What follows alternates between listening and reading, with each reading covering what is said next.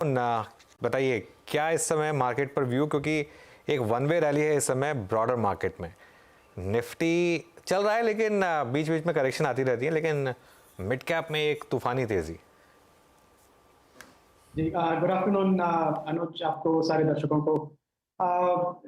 I think market जो है clearly investors का मूड यही है कि बाय ऑन डिप्स मार्केट है।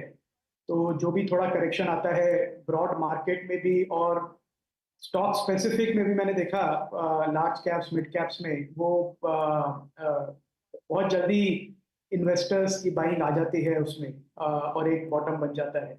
और स्पेशली जो मोर इंटरेस्टिंगली ये फिनोमेना हो रहा है, जो पॉपुलर थीम्स हैं, पीएसयू स्टॉक्स हैं, पीएसयू बैंक्स हैं, डिफेंस कंपनीज हैं, ऑयल ओएमसीज हैं, उसमें थोड़ा भी करेक्शन आता है एक दिन 4-5% का, अगले दिन वो पूरा स्टॉक रिकवर हो जाता है।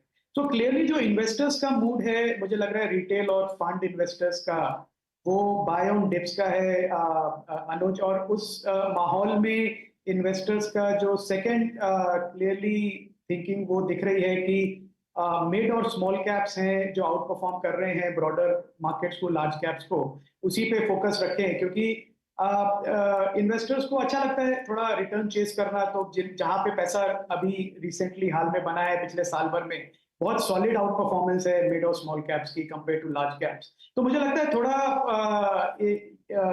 फरवरी मार्च में भी टिल इलेक्शंस ऐसा ही पैटर्न बनेगा कि थोड़ा भी करेक्शन आएगा, बाइंग आ जाएगी और लार्ज और मिड कैप्स आउट परफॉर्म करते रहेंगे अनुज।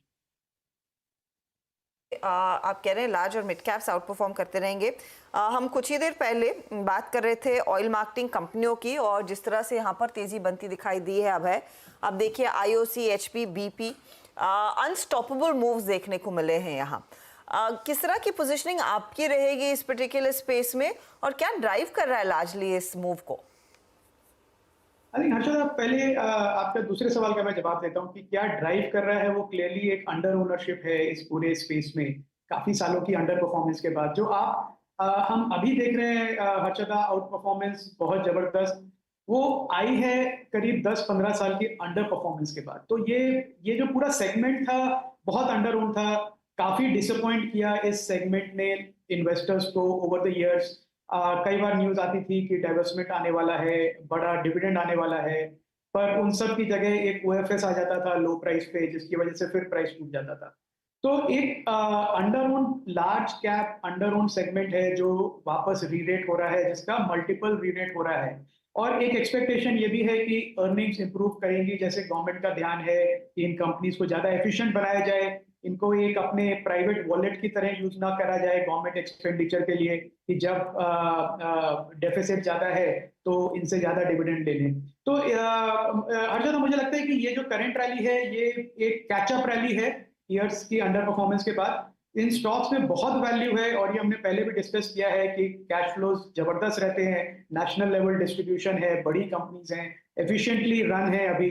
तो और कैपेक्स भी इन्होंने काफी किया है पिछले 4-5 साल में, आप सारी कंपनीज का देखेंगे अच्छा खासा कैपेक्स किया है। और जैसे गवर्नमेंट का फोकस बढ़ रहा है एनर्जी सिक्योरिटी की तरफ, तो ये कंपनीज बहुत इंपॉर्टेंट है देश के लिए।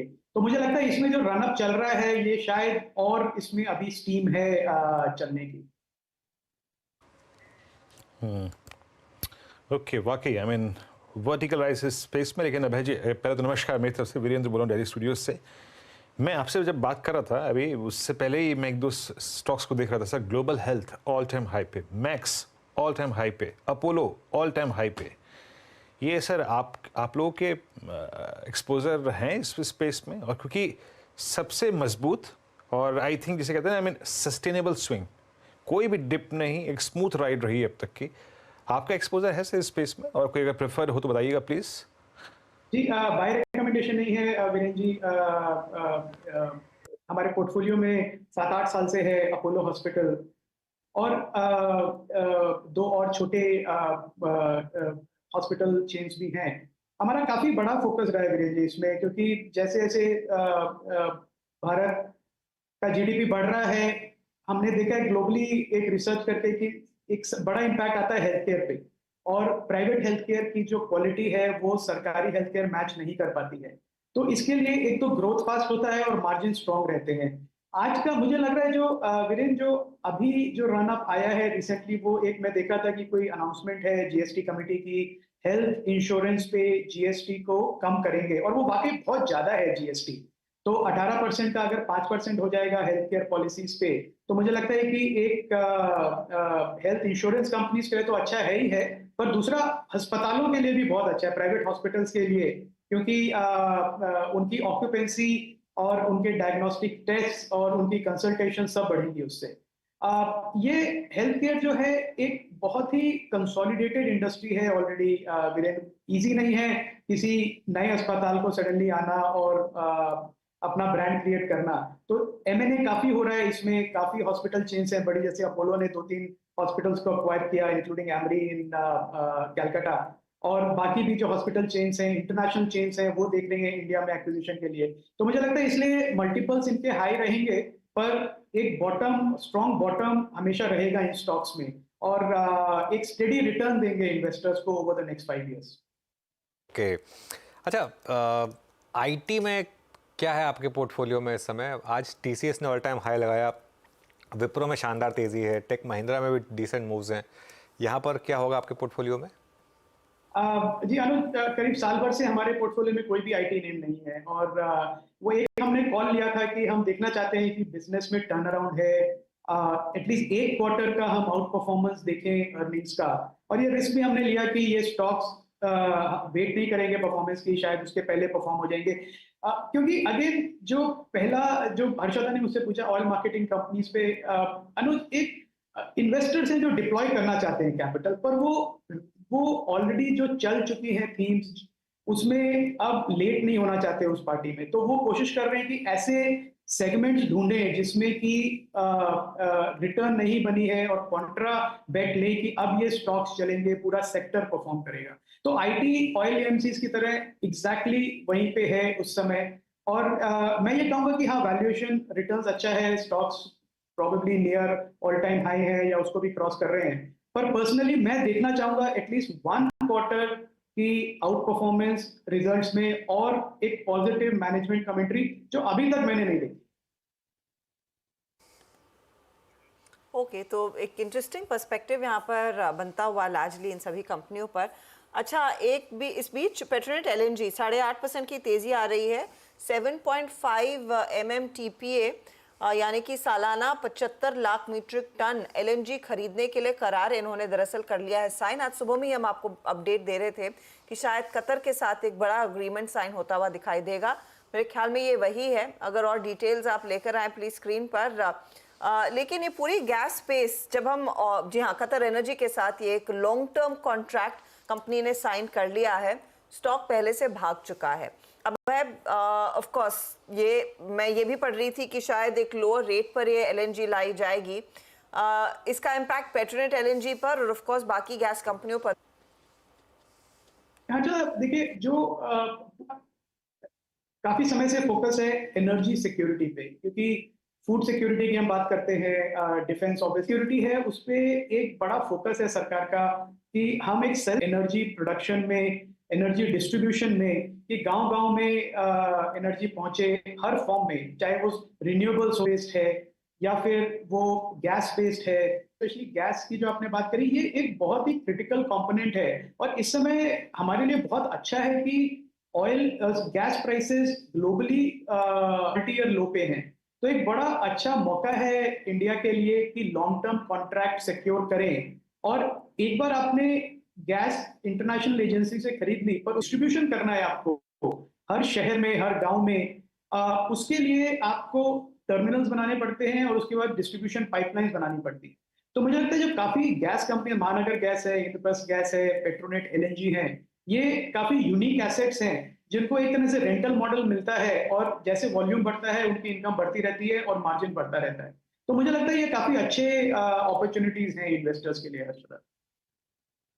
इनफैक्ट आज इंडिया एनर्जी वीक जो चल रहा है गोवा में, वहां पर इस तरह के बड़े कॉन्ट्रैक्ट साइन होते हुए दिखाई दिए हैं, और प्रधानमंत्री नरेंद्र मोदी भी उस मंच पर पहुंचे और उन्होंने कहा कि भारत दुनिया का तीसरा सबसे बड़ा एनर्जी कंज्यूमर है। उन्होंने कहा कि 2045 तक देश की एनर्जी ज़रूरतें 2 गुनी हो जाएंगी। ऐसे में देश एनर्जी सेक्टर में अगले 5 सालों में करीब $67 बिलियन का निवेश भी करेगा। भारत पहले ही विश्व का तीसरा सबसे बड़ा एनर्जी कंज्यूमर है। भारत विश्व का तीसरा सबसे बड़ा ऑयल कंज्यूमर और तीसरा सबसे बड़ा एलपीजी कंज्यूमर भी है। हम दुनिया के चौथे सबसे बड़े एलएनजी इंपोर्टर,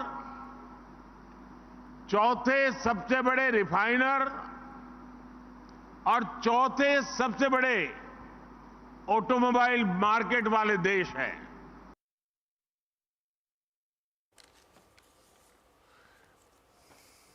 तो इंडिया एनर्जी समिट में आप प्रधानमंत्री के इस वक्तव्य को सुन रहे थे। अभी इस स्पेस पे बात भी हुई। मीनवाइल एक बार फिर से लौटते हैं बाजार पे और अभी हम इस वक्त बातचीत में हैं एक अभय जी के साथ। अभय जी, बहुत सारे सेक्टर से बातचीत हुई, अभी एनर्जी स्पेस से बातचीत हो रही थी, आईटी पे हो चुकी है, हॉस्पिटल स्टॉक्स पे हो चुकी है।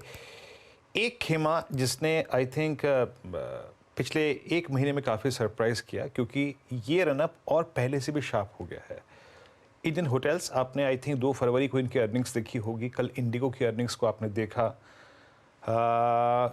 छोटे स्टॉक्स में मतलब होटल्स की कैटेगरी में एक बार अगर आप ताज जीवीके को देखें, वो बहुत एक स्ट्रॉन्ग मूव दे रहा है, लेमन ट्री काफ़ी स्ट्रॉन्ग मूव दे रहा है। अभी इस फेज में कुछ ऐड किया है आप लोगों ने इनमें से? जी, हमारे पास अगेन बाय रिकमेंडेशन ये लेमन ट्री था। काफी समय से हमने लिया था कोविड के बाद और बेट यही थी कि 10,000 बेड का एक होटल चेन है जो और बड़ी हो रही है और ऐसे एनवायरनमेंट में जहाँ पे डिमांड एक्सप्लोड हो रही है और कैपेसिटी बनाना इजी नहीं है, तो वो अच्छा हमारे लिए प्ले आउट हुआ। मुझे लगता है कि अब ये सेगमेंट में जो रिटर्न आनी थी वो काफी हद तक आ चुकी है। अब फॉरवर्ड रिटर्न्स जो हैं वो अब लोग उस पर प्ले कर रहे हैं। तो अगेन अच्छी कंपनीज हैं ये सारी, क्योंकि इन्होंने काफी इन्वेस्टमेंट करी ऐसे समय पे जबकि डिमांड इन्वायरमेंट क्लियर नहीं था और अब उनको उसका पूरा फायदा मिल रहा है। जो ग्रास रूट डिमांड हम देख रहे हैं, corporate, retail, travel, international travel, tourist बहुत स्ट्रांग है। आप जाते हैं बाहर, मैं भी जाता हूँ बाहर, तो वो दिखता है किस तरह से जो रूम रेट्स हैं specially 3 star, 4 star, 5 star hotels के ऑलमोस्ट डबल हो गए हैं पिछले 2 सालों में और उसका उनकी कॉस्ट इतनी बड़ी नहीं है। तो ये एक बड़ा गोल्डन पीरियड है होटल्स के लिए, हॉस्पिटैलिटी के लिए मैं कहूँगा वीरेंद्र। पर अगेन एक ये भी आपको समझना पड़ेगा कि एक साइक्लिकल इंडस्ट्री भी है और ये पीक आउट होती है, फिर नया डिमांड थोड़ी स्लो डाउन में आती है बिकॉज प्राइस बढ़ जाते हैं और थोड़ा कैपेसिटी नहीं आ जाती है, तो एक थोड़ा डाउन टर्न भी स्टार्ट हो जाता है। तो इन्वेस्टर को थोड़ा कॉशियस रहना चाहिए। ये नहीं अज्यूम करना चाहिए कि जो पिछले 2 साल में रिटर्न बनी है हॉस्पिटैलिटी सेगमेंट से वो अब बनती रहेगी काफी समय तक। अबे बहुत बहुत शुक्रिया आज हमारे साथ जुड़ने के लिए और हमसे बात करने के लिए। चलिए अब कल